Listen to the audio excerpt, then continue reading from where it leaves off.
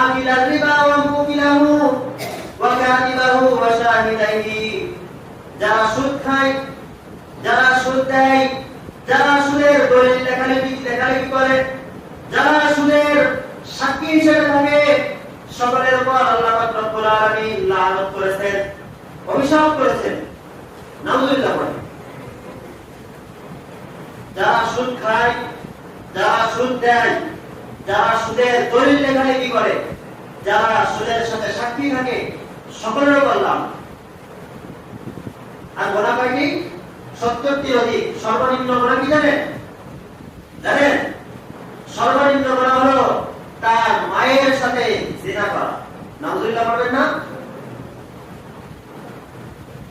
সর্বনিম্ন গোনা যদি তার মায়ের সাথে জিনা করা হয়, সর্বোচ্চ গোনা কি তা সেটা জানতে হবে কি হবে না?